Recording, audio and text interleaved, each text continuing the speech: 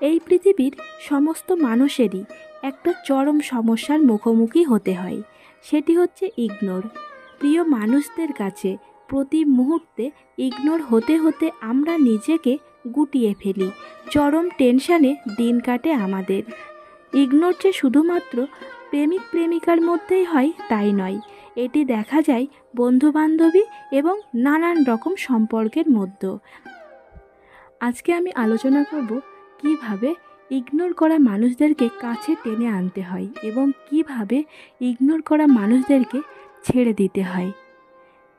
ধরুন, আপনার কোনো বন্ধু বা বান্ধবী আপনার সঙ্গে কথা বলছে না, আপনাকে ইগনোর করে চলছে। আপনার ফোন কলে সে বিরক্ত হয়ে যাচ্ছে, সে চাইছে না আপনি ফোন করুন। কিন্তু আপনি কি করবেন?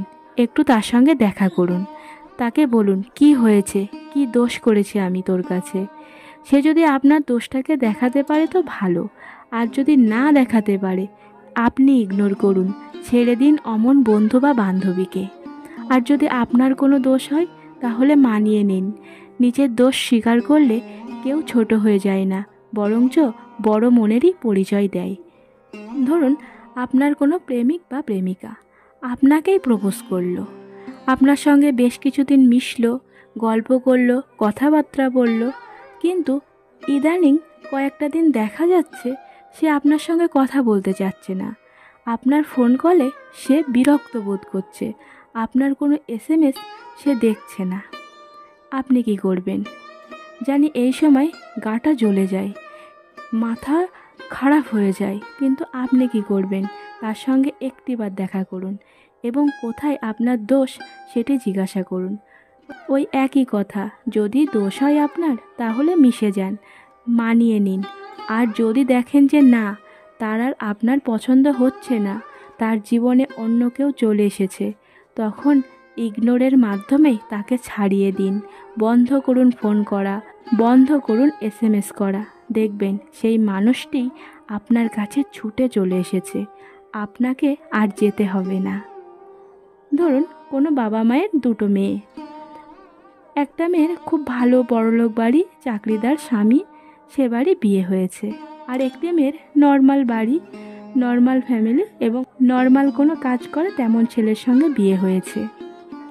দেখবেন বাবা মা কী করবে, যে মেয়েটি বড়লোক, যার স্বামী চাকরি করে, তার সঙ্গেই বেশি মিশবে। সে আসলে আপ্যায়ন করবে, ভালো মন্দ রান্না করবে, তারা আশায় বাবা মাও খুব খুশি হবে। কিন্তু আপনি নর্মাল ফ্যামিলি, আপনার স্বামী নর্মাল কাজ করে, আপনি যদি যান, বাবা মা ওই কোনো রকমভাবে খাইয়ে দাইয়ে ছেড়ে দেবে। আপনার উপস্থিতিতেও তারা যেন অখুশি, খুশি নয়, এমন ভাব করবে আপনি যাওয়ায় তারা যেন বিরক্ত বোধ করছে। আপনি কি করবেন? যাওয়া বন্ধ করে দিন। 1 মাস নয়, 2 মাস নয়, 6 মাস বন্ধ করে দিন। দেখবেন বাবা মাই একদিন আপনার বাড়িতে এসে হাজির হয়েছে এবং বলবে, কেন রে যাস না আমার বাড়িতে?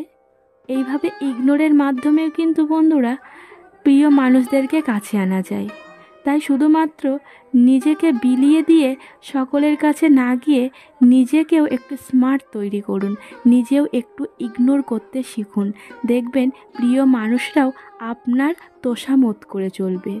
আপনি কাউকে তোষামোদ করার আগে তারাই তোষামোদ করবে। বন্ধুরা, আজকের কথাগুলো যদি আপনাদের একটু হলেও ভালো লাগে তাহলে অবশ্যই লাইক করবেন এবং কমেন্টের মাধ্যমে জানাবেন কেমন লাগলো। আর এরকম ভালো ভালো আলোচনা শুনতে হলে অবশ্যই চ্যানেলটাকে সাবস্ক্রাইব করবেন আর বন্ধুদেরকেও শোনানোর জন্য শেয়ার করবেন। আজকে এই পর্যন্তই। সকলেই খুব ভালো থাকবেন এবং সুস্থ থাকবেন। ধন্যবাদ।